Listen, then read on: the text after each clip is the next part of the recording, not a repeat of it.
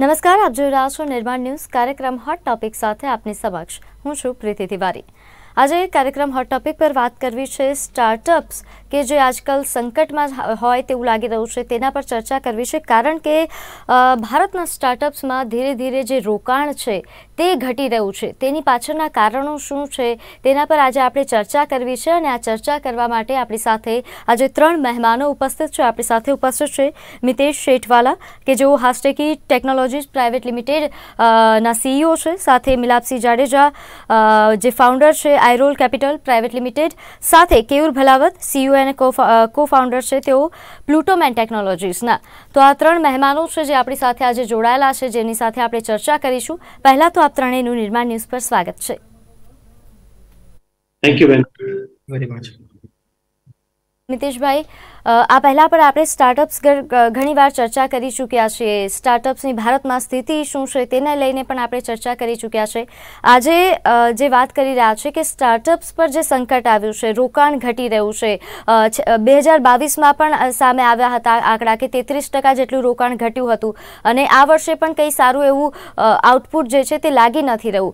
શું કારણ આપને લાગી રહ્યું છે? શા કારણે સ્ટાર્ટઅપ્સમાં વિશ્વાસ નિવેશકોનો ઘટી રહ્યો છે?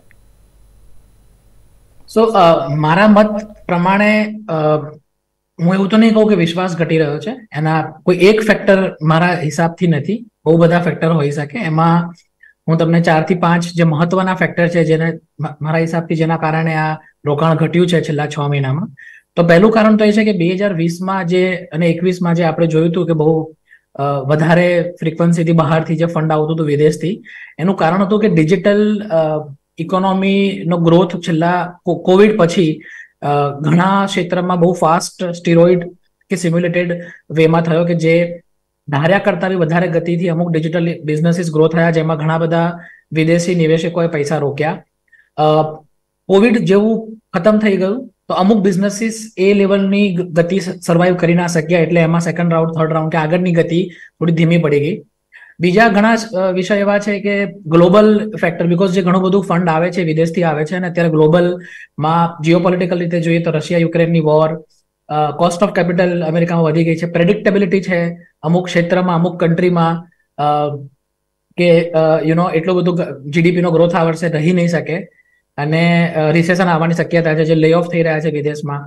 અમુક હદે કોર્પોરેટ ગવર્નન્સના ઇસ્યુ અમુક ક્ષેત્રમાં જે છેલ્લા 3-4 મોટા યુનિકોર્ન્સમાં ડિટેક્ટ થયા છે, તો હવે નિવેશકો થોડાક કેરફુલી વેઇટ કરે છે બિઝનેસીસને ઇન્વેસ્ટ કરતા પહેલા। પ્લસ અમુક કેપિટલ જે છે મેચ્યોરિટી પર બી છે કે જે 2013-15માં અમુક મોટા વેન્ચર કેપિટલ ફંડે ઇન્વેસ્ટ કર્યું હોય અને આજે એ બિઝનેસીસને 5-7 વર્ષ થઈ ગયા છે, તો હવે એ બી પ્રોફિટેબિલિટી તરફ વળી રહ્યા છે। તો એક કારણ નથી કે જેના કારણે ફંડ ઓછું થયું હોય, અને આઈ ડોન્ટ થિંક કે વિશ્વાસ ઘટ્યો છે।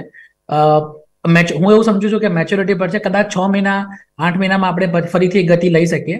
પ્લસ અમુક ક્ષેત્રમાં બહુ વધારે પડતા ફેરફાર પણ થયા છે, જેના કારણે હું કહી શકું કે અત્યારે હાલમાં એવું લાગે છે કે છેલ્લા 6 મહિનામાં જે નિવેશ થવું જોઈતું હતું એના કરતાં ઓછું થયું છે। જે આપના મતે, કારણ કે આપ બિઝનેસ પણ ચલાવો છો, આપના મતે સ્ટાર્ટઅપ્સમાં જે અત્યારે રોકાણ ઘટી રહ્યું છે, કારણ શું લાગી રહ્યું છે? મારા ખ્યાલથી I think most of the points મિતેશભાઈએ તો ખાસા કવર કર્યા જ આની અંદર, પણ જેમ એમનું બી કેવું છે મારા હિસાબે કે વિશ્વાસ નથી ઘટી રહ્યો ઓવરઓલ, પણ ઘણીવાર કેવું છે કે ઓવરફ્લો હોય છે સિસ્ટમની અંદર, જેમ સ્ટાર્ટઅપનો ઓવરફ્લો હતો એવી રીતના ઇન્વેસ્ટર્સનો ઓવરફ્લો હતો, ઘણો બધો ફોમો હતો ઇન્ડસ્ટ્રીની અંદર કે ભાઈ અમે રહી ગયા ઇન્વેસ્ટ કરવામાં, એટલે મેચ્યોરિટીનો જે એક ભાગ હતો કે જેમ સ્ટાર્ટઅપ પણ એક ઇન્ડસ્ટ્રી તરીકે ઇવોલ્વ થઈ ગઈ અત્યારે, એટલે સ્ટાર્ટઅપ પણ ઇવોલ્વ થઈ રહ્યા છે, ઇન્વેસ્ટર્સ પણ ઇવોલ્વ થઈ રહ્યા છે, અને જેમ એમણે કહ્યું કે ફોરેન ડાયરેક્ટ ઇન્વેસ્ટમેન્ટ આપણે જોવા જઈએ તો આ વર્ષની અંદર છતાં પણ લગભગ 2023ની અંદર જે આંકડા મારી પાસે છે એ પ્રમાણે લગભગ $3 બિલિયન ઇન્વેસ્ટમેન્ટ ઇન્ડિયા તરફ આવ્યું છે। એટલે 314 કેપિટલ છે ફોર એક્ઝામ્પલ પાઈ સાહેબ, તો એ લોકોએ $200 મિલિયન રેઝ કર્યા છે અત્યારે। યુએસનું એક ફંડ છે અત્યારે જેનું નામ બી કેપિટલ છે, એ લોકો લગભગ $50 મિલિયન ઇન્ડિયા તરફ એ લોકોએ કમિટ કર્યા છે અત્યારે। એટલે ફંડ આવી રહ્યું છે, પણ જે પેસથી જે રીતના આપણે જોયું એ રીતમાં લોકોને થોડોક ભય થયો છે કે વેલ્યુએશન થોડા, જેમ ગઈ સાલ તો એવું હતું કે there was a lot of dry powder, એટલે પુષ્કળ પૈસો તો લોકોને લગાવવાની ધગસ હતી અને સ્ટાર્ટઅપના વેલ્યુએશન રિટર્ન્સ એટલા સ્ટ્રોંગ જઈ રહ્યા હતા, જેના ઝોમેટોનો આઈપીઓ આવ્યો પણ ઝોમેટોનો આઈપીઓ આવ્યા પછી લગભગ એની માર્કેટ કેપિટલાઇઝેશનમાં 50,000 કરોડનું નુકસાન થયું ઓવરઓલ, રાઈટ. સો એટલે હવે થોડા ઇન્વેસ્ટર્સ પણ વેરી થઈ ગયા છે કે ના, પ્રોફિટેબલ કંપની હોય, બાળવા માટે પૈસા નથી આપવા, પ્રોફિટેબલ ડાયરેક્શન હોવી જોઈએ, ખાલી ડિસ્કાઉન્ટ આપીને ધંધો નથી થઈ શકતો. એટલે જે મૂળ ધંધાની એક પ્રોસેસ છે કે એક એસેન્સ છે કે સોલ હોવી જોઈએ, એ તરફ વધારે ફોકસ છે. બાકી જે સ્ટાર્ટઅપ સારા છે, જેને કામ કરવું છે, પ્રોગ્રેસિવ છે, એ લોકોને મારા હિસાબે પૈસાની કોઈ તંગી છે જ નહીં. એટલા જ પૈસા અવેલેબલ છે અત્યારે માર્કેટમાં. અને હું એવું માનું છું, હમણાં હું ટાઇકોનમાં હતો મુંબઈમાં, તો ત્યાં મને ખ્યાલ આવ્યો કે દરેક ફંડ પાસે છેલ્લા 5 વર્ષની અંદર આજની તારીખમાં મેક્સિમમ પૈસા પડેલા છે ડિપ્લોય કરવા માટે.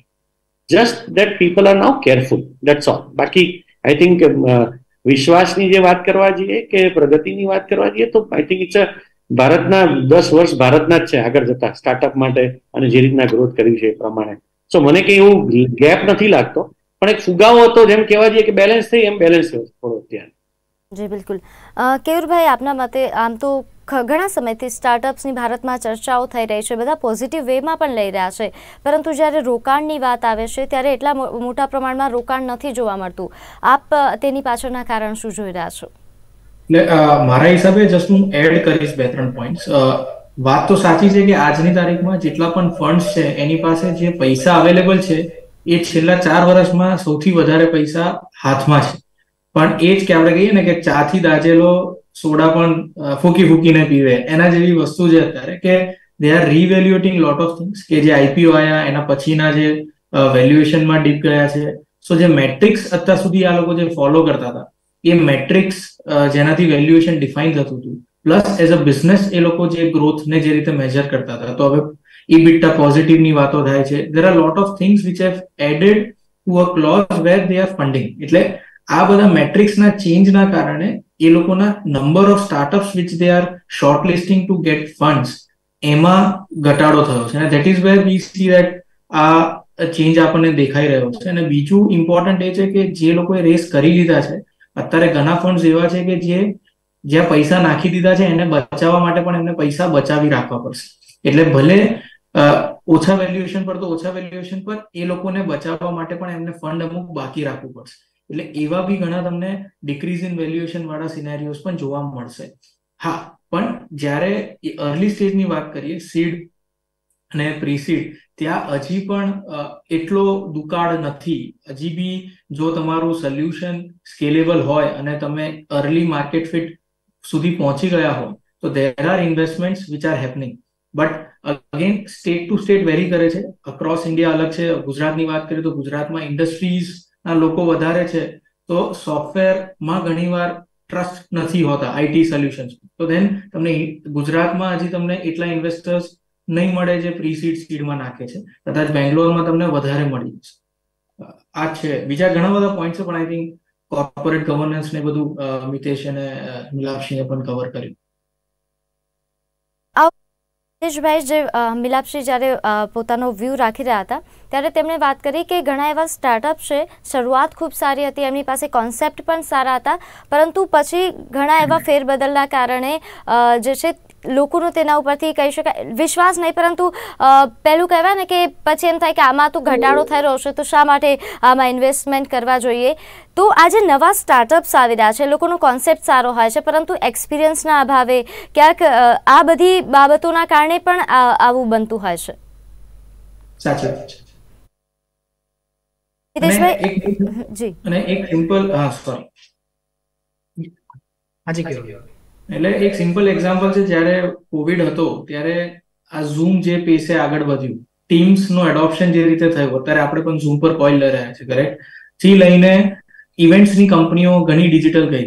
હવે જેવું કોવિડ પત્યું અને ફિઝિકલ ઇવેન્ટ્સ ચાલુ થઈ ગઈ, તો એ લોકો જે ગ્રોથ પ્રોજેક્શન કર્યો તો 5 વર્ષનો, એ ડીપ થઈ ગયો છે. તો એવી ઘણી કંપની છે કે જે કોવિડના કારણે they saw a business model which worked at that time, but post covid again it is not working. So એ બધી કંપનીઝમાં ઘણા રિસ્ટ્રક્ચરિંગ કાં તો ઘણી કંપનીઝ બંધ બી થઈ છે. જી. અને મિતેશભાઈ, આ એક પ્રમાણે પહેલા જેવું છે કે હજુ કારણ કે આ નવું છે ને સ્ટાર્ટઅપ્સ નું જે આ બધા આઈડિયાઝ આવી રહ્યા છે તેને હજુ એક્સેપ્ટ કરવામાં કારણ કે વાર લાગી રહી છે, એના કારણે પણ આવા જે પરિબળો છે તે જોવા મળ્યા છે. સો એકચ્યુઅલી સ્ટાર્ટઅપની એ જ બ્યુટી છે કે તમે એને 5 વર્ષ પછી પ્રેડિક્ટ નહીં કરી શકો, કારણ કે એમાં જે ગ્રોથ છે એક્સપોનેન્શિયલ પણ હોઈ શકે છે, રાઈટ? એવા બહુ બધા ઉદાહરણ છે કે જેમાં સ્ટાર્ટઅપ્સે 5 કે 7 વર્ષમાં ધાર્યા કરતા બહુ જ વધારે રિટર્ન આપ્યું હોય કે ધાર્યા કરતા વધારે વેલ્યુ ક્રિએટ કરી હોય. સો ડેફિનેશન સ્ટાર્ટઅપની એ છે કે તમે હાઈ સ્કેલેબલ બિઝનેસ મોડલ બનાવો કે જે કન્વેન્શનલ મેન્યુફેક્ચરિંગ કાં તો કોઈ બી બીજી ઇન્ડસ્ટ્રી છે કે જેને ગ્રો કરવા માટે હ્યુમન રિસોર્સ અને ટાઈમની જરૂર પડશે, પણ કદાચ સ્ટાર્ટઅપને ગ્રો કરવા માટે સિમિલર હ્યુમન રિસોર્સ કે ટાઈમની જરૂર ના પડે ને ફાસ્ટ સમયને કાપીને પૈસા રોકાણ કરવાનું ઇન્વેસ્ટરનું કારણ જ એ છે કે પૈસા રોકવાથી એ લોકો સમયને કાપીને અમુક ઇન્ડસ્ટ્રીમાં લીડર બની શકે અને મોટી વેલ્યુ ઇકોનોમી માટે ક્રિએટ કરી શકે, જે થયું જ છે. પણ હવે આ સમય એવો છે કે 10 વર્ષ થઈ ચૂક્યા છે, 12 વર્ષ થઈ ચૂક્યા છે, ઘણા બધા સ્ટાર્ટઅપ મેચ્યોર થઈ ગયું, ઘણી ઇન્ડસ્ટ્રી કન્સોલિડેટ થઈ ગઈ છે. તમે ફેશન ઈ કોમર્સની વાત કરો તો ઇન્ડિયામાં એક સમયમાં બહુ જ બધા ઇન્વેસ્ટમેન્ટ ફેશન ઈ કોમર્સમાં થતા હતા. અત્યારે તેમાં અમુક મોટા પ્લેયર છે જે લીડિંગ પોઝિશન પર છે અને નીચેના પ્લેયરને હવે ડિફરન્શિએશન વગર એ ઇન્ડસ્ટ્રીમાં એન્ટ્રી નહીં મળે. અમુક દરેક ઇન્ડસ્ટ્રી જે મેચ્યોર થવાની હતી જેમાં ઘણામાં મેચ્યોર બી થઈ ચૂકી છે, રાઈટ? એટલે હવે યુગ છે નવા આઈડિયાઝનો, એટલે artificial intelligence base, blockchain base જે નવા આઈડિયા આવી રહ્યા છે જે અત્યારે માર્કેટમાં નથી, એના પર હવે એવા બિઝનેસીસ બનવાની શક્યતા છે કે જે અગેન 4-5 વર્ષમાં ડિસ્રપ્શન લાવી શકે એમ છે. સો સ્ટાર્ટઅપને ક્યારે એઝ એન ઓવરઓલ સ્ટાર્ટઅપ ક્યારે મેચ્યોર નહીં થાય, કારણ કે નવા આઈડિયાઝનો, નવા ઇમ્પ્લિમેન્ટેશનનો, નવી ડિમાન્ડનો ક્યારે અંત નથી આવવાનો, રાઈટ? એટલે પણ હા, મેચ્યોરિટી આવે છે એટલે અમુક ઇન્ડસ્ટ્રીમાં લીડિંગ પોઝિશન પર પ્લેયર આવી જાય છે એટલે બીજા ઇન્વેસ્ટર એ ઇન્ડસ્ટ્રીમાં હવે ફંડ નહીં રોકે એમ કહીને કે આ ઇન્ડસ્ટ્રીમાં ઘણા નેશનલ પ્લેયર છે અને ઓલરેડી ઇન્ડિયાને સર્વ કરે છે. તો એમાં જો બહુ મોટું ડિફરન્શિએશન નહીં હોય તો ફંડ મળવું અઘરું છે. એની સામે નવા આઈડિયાઝ, નવા બિઝનેસીસ જે પહેલા કોઈ વિચાર્યા જ નહોતા એમાં ફંડ મળવું બી પોસિબલ છે. અને આ ઉપરાંત મિલાપસિંહજી, જે વાત થઈ કે અત્યારે સ્ટાર્ટઅપ્સમાં રોકાણ ઘટ્યું છે, નોકરીઓ પણ ઘટી રહી છે, તેને જોતાં એવું પણ લાગે છે કદાચ જે સ્ટાર્ટઅપ્સ કંપનીઓએ પહેલાં કહી શકાય કે ભૂલ કરી કે જેટલી જરૂરત નથી એનાથી વધારે એ લોકોએ મેન પાવર એકઠો કરી લીધો અને પછી હવે કારણ કે રોકાણ ઘટી રહ્યું છે તો એ નોકરીમાંથી એ લોકોને છૂટા કરી રહ્યા છે. આ બધું પહેલેથી વિચારવાની જરૂર હતી. ઘણીવાર નાની નાની આ બાબતોની જે છે તે મિસ્ટેક કરી જતા હોય છે અને પછી આવું પરિણામ આવતું હોય છે સ્ટાર્ટઅપ્સ કંપનીઓમાં. તો આમાં કેવું છે કે બેઝિકલી દરેક સિસ્ટમ ઇવોલ્વ થાય છે, જેમ ટેકનોલોજી ઇવોલ્વ થાય છે, સમય ઇવોલ્વ થયો છે. આપણે જે રીતના એક સમયે ગાડાની અંદર જતા હતા ને હવે ફ્લાઇટમાં જઈએ છીએ, રાઈટ? અને હવે તો સ્પેસ સુધી જવા માંડ્યા. જે સમય ત્યારે લાગતો હતો સમય પણ ઓછો થયો છે, ઓછો થાય છે, ખર્ચ થોડો વધ્યો છે, પણ સરવાળે જોવા જાવ તો એફિશિયન્સીની આપણે વાત કરવા જઈએ તો થ્રુપુટ, દરેક માણસની એફિશિયન્સી ઇમ્પ્રુવ થઈ છે. દરેક માણસે પોતાની જાતને, અને 2 પ્રકારના ક્લાસ હોય છે, અમને આપણે MBA ભણાવે છે કે એક લીડર ને એક ફોલોઅર, 2 પ્રકારના લોકો હોય. કાં તો લીડ કરો ને કાં તો ફોલો કરો, વચ્ચેનો કોઈ વર્ગ હોતો જ નથી કોઈ જગ્યા ઉપર. એટલે આની અંદર જેમ જેમ ટેકનોલોજી ઇવોલ્વ થઈ છે એમ સ્પીડ પણ વધી છે. અરે તમે જોવા જશો કે પાનના ગલ્લા ઉપર જેમ લોકો હતા તો પાનનો ગલ્લો હોય કે ચાની કિટલી હોય કે નાના નાના જે ધંધા હતા, જે લોકોને કેશ મેનેજમેન્ટ, એકાઉન્ટિંગના આ બધા જ્યારે જે તે સમયે ઇસ્યુઝ હતા, આજની તારીખમાં હવે એ લોકોને પેટીએમ ને યુપીઆઈ આવતા એ લોકોને બેંકમાં પૈસા ભરવા પણ નથી જવું પડતું અત્યારે. So that is also very different level of work, જેમાં એમની એફિશિયન્સી વધી છે, એમનો હિસાબ અલગથી રહી જાય છે. સો દરેક વસ્તુની અંદર ટ્રેડ ઓફ તો હોય જ છે. કંઈક પામવા માટે કંઈક તો છોડવું જ પડશે, અને છોડીશું તો એને ગ્રોથ એક અલગ લેવલથી થવાનો છે. તો એ સમય તો આપણે આપવો જ પડે એવો છે અત્યારે. જી બિલકુલ. આ ઉપરાંત કેયુરભાઈ, સરકારની જે નીતિ છે, સરકાર ઘણા સમયથી સ્ટાર્ટઅપ પર ધ્યાન આપી રહી છે, પરંતુ તેમ છતાં જે એન્જલ ટેક્સ લગાવવામાં આવી રહ્યો છે તેના કારણે પણ ક્યાંક અત્યારે સ્ટાર્ટઅપ્સ ચિંતામાં હોય તેવું લાગી રહ્યું છે. તેના વિશે આપ શું માનો છો?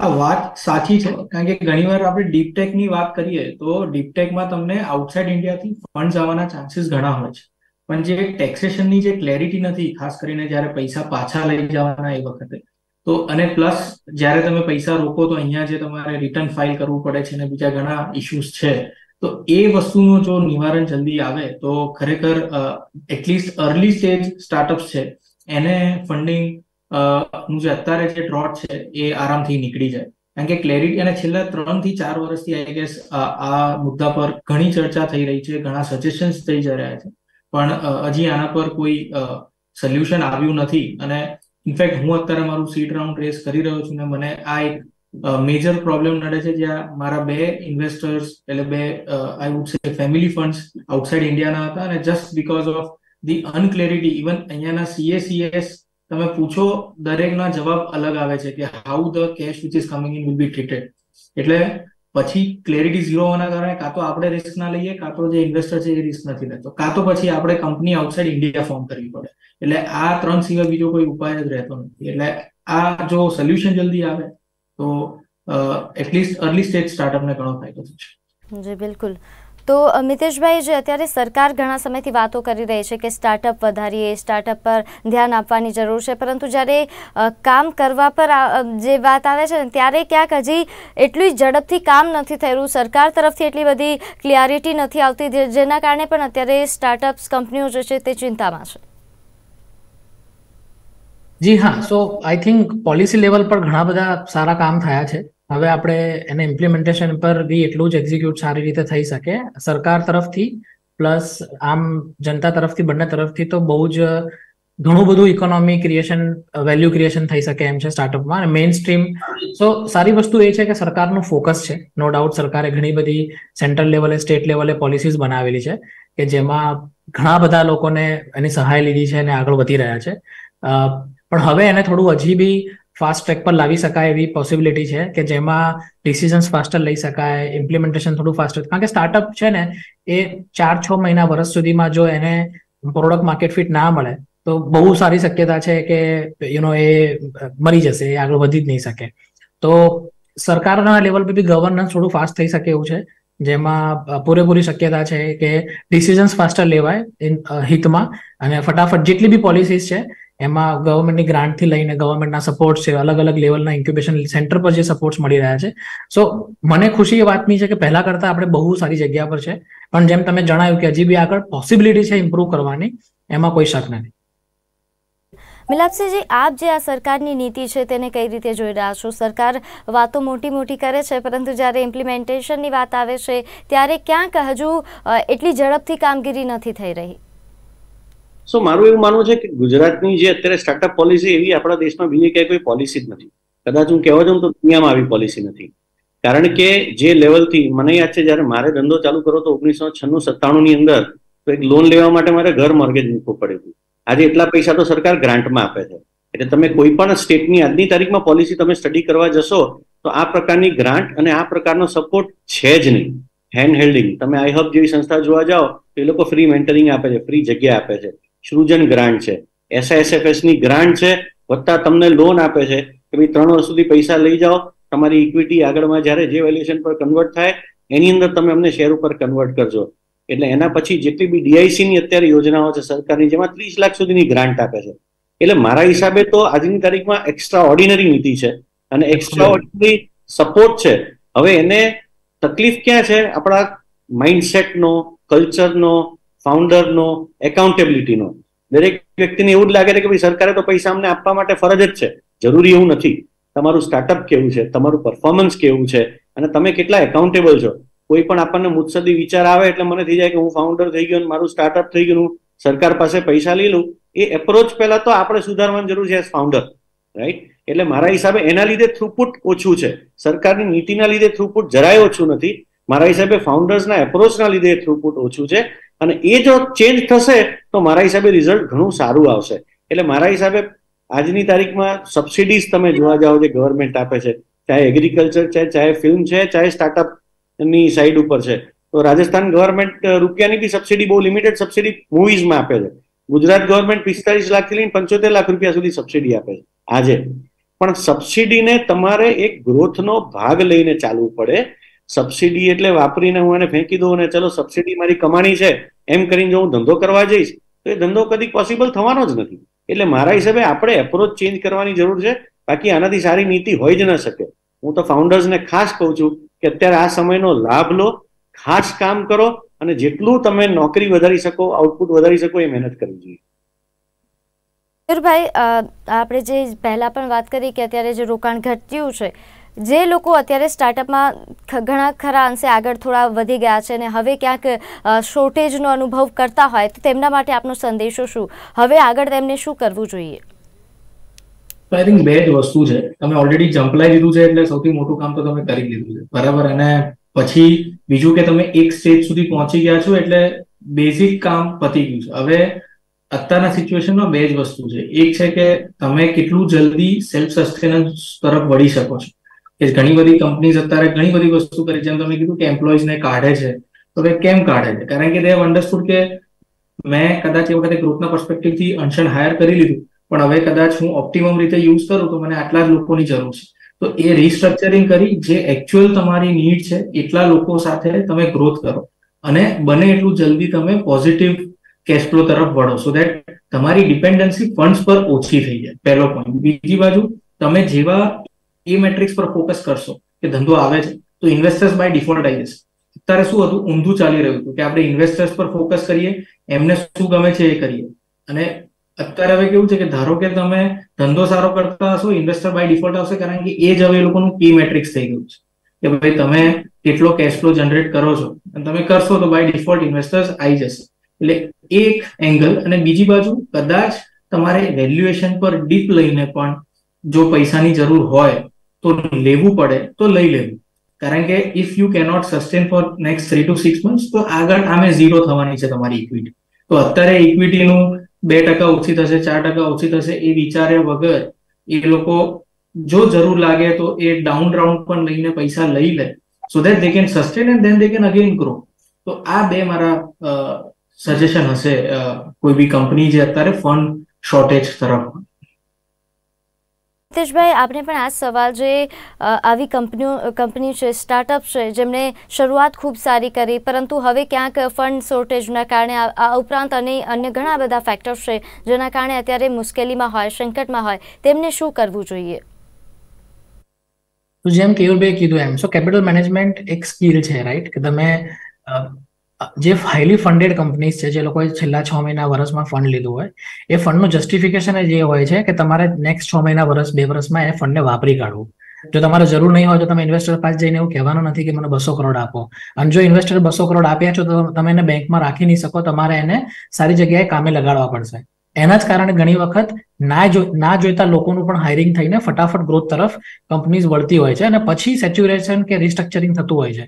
હવે જો આપણને લાગે કે આ રિસ્ટ્રક્ચરિંગનો સમય છે તો પહેલા જ એનું પ્લાનિંગ કરીને, જે આગળનું ફંડ બચ્યું છે એનું મેનેજમેન્ટ કરીને, થોડા મેટ્રિક્સને ચેન્જ કરીને, મેચ્યોરિટી તરફ, પ્રોફિટેબિલિટી તરફ જઈને, ઘણી બધી એવી કંપનીઝ છે ઇન્ડિયામાં જે મને જાણીને બહુ ખુશી થઈ કે પેટીએમ, ઓયોરૂમ જેવા મોટા મોટા સ્ટાર્ટઅપ અત્યારે પ્રોફિટેબિલિટી તરફ જઈ રહ્યા છે અને સારા મેટ્રિક્સ પર એ લોકો ગ્રોથ બતાવી રહ્યા છે. એક સમય પર ઘણા બધા, ગયા વર્ષમાં 100 માંથી 24 યુનિકોર્ન પ્રોફિટેબલ હતા. હું સમજુ છું કે નજીકના સમયમાં એટલીસ્ટ 50 થી 60 યુનિકોર્ન પ્રોફિટેબિલિટી તરફ વળી જશે, રાઈટ? તો આ એક બહુ મોટો પેરામીટર છે, મેટ્રિક છે, જેના પર આગળ જઈને મોટી વેલ્યુ ક્રિએશનના, કે જ્યારે પ્રોફિટનો ગેપ એટલો મોટો હશે કે ઇન્વેસ્ટર્સને નેક્સ્ટ રાઉન્ડ, થર્ડ રાઉન્ડ માટે કોઈ ફંડ લેવાની જરૂર નહીં પડે, એવા તરફ બી આપણે વળીશું. એટલે જેવી રીતે અત્યારે હાલમાં ઇન્ડિયામાં બહુ મોટા મોટા બિઝનેસીસ છે, રિલાયન્સ, અદાણી જેવા, એ જ લેવલની વેલ્યુએશન પર કદાચ નેક્સ્ટ 5 થી 10 વર્ષમાં કોઈ જો યુનિકોર્ન કે સ્ટાર્ટઅપ પહોંચી જાય તો મને ડાઉટ નહીં હોય અને એ જ લેવલનો પ્રોફિટ માર્કેટ બી અચીવ થશે. તો થોડું અત્યારે ફંડને મેનેજ કરવાની બહુ જરૂર છે. જો તમારી પાસે ખરેખરમાં ફંડની શોર્ટેજ હોય તો થોડું મેચ્યોરિટીથી અને કેશ બર્ન ઓછું કરીને અમુક એવા પેરામીટર્સ પર ફોકસ કરી શકાય કે જ્યાં ગ્રોથની જગ્યા પ્રોફિટેબિલિટી મેટ્રિક્સ પર ફોકસ કરી શકાય. બિલકુલ. મિલાપસિંહજી, આપને છેલ્લો સવાલ, ટૂંકમાં જવાબ આપજો કારણ કે સમયનો અભાવ છે.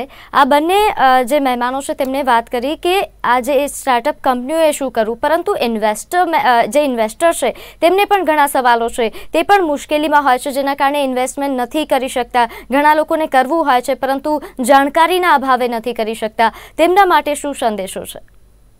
મારો સંદેશો એક જ છે કે પહેલા તો જાણકારી પૂરેપૂરી લો, ઇન્ફોર્મેશન, માહિતી, આ ધંધો શું છે, એન્જલ ઇન્વેસ્ટમેન્ટ શું છે, એમાં રિસ્ક કેટલા છે, એ સમજવું એકવાર જરૂરી છે. કારણ કે દરેક ઇન્વેસ્ટર એવું માનીને ચાલે છે કે હું ઇન્વેસ્ટ કરું એટલે મને આટલું રિટર્ન મળવું જ જોઈએ. સો આ ધંધાને, આ બિઝનેસને સમજશે કે પ્રોફિટ અને વેલ્યુ વચ્ચેનું અંતર શું છે એઝ એન ઇન્વેસ્ટર, તો મારા ખ્યાલથી બહુ સારી રીતે ફાઉન્ડરને બી સપોર્ટ કરી શકશે અને પોતે પણ કન્ટેન્ટ થઈ શકશે. બિલકુલ. મિલાપસિંહજી, મિતેશભાઈ, કેયુરભાઈ, આપ અમારી સાથે જોડાયા તે બદલ આપનો ખૂબ ખૂબ આભાર. તો દર્શક મિત્રો, ગુજરાતમાં આપણે એક કહેવત છે કે ઉતાવળે આંબા નથી પાકતા, એટલે જે આ સ્ટાર્ટઅપ કંપનીઓ છે, આ ઉપરાંત ઇન્વેસ્ટર છે કે જેમને એવું થાય કે મેં ઇન્વેસ્ટ કર્યા પરંતુ મને આટલું રિટર્ન નથી મળી રહ્યું, તો હું હવે ઇન્વેસ્ટમેન્ટ નહીં કરું. એ લોકો માટે આ સમજવાની જરૂર છે કે કદાચ અત્યારે નથી મળી રહ્યું પરંતુ ભવિષ્યમાં સારું એવું તમને રિટર્ન મળી શકે છે. સ્ટાર્ટઅપ કંપનીઓ કે જે અત્યારે કદાચ સંકટના ઘેરામાં છે તેમને પણ અત્યારે નિરાશ થવાની જરૂર નથી. ભવિષ્ય આપણા માટે, ખાસ તો ભારત માટે ખૂબ જ ઉજ્જવળ છે, એટલે પેશન્સ રાખો અને કદાચ સફળતા મળશે જ. અને જે કહેવાય છે ને કે જો આપણે વિચારી લઈએ તો એ થતું જ હોય છે, તો થશે જ. ત્યારે હાલ આ જ સંદેશા સાથે કાર્યક્રમ ટુ ધ પોઈન્ટમાં બસ આટલું જ. આપ જોતા રહો નિર્માણ ન્યૂઝ. નમસ્કાર.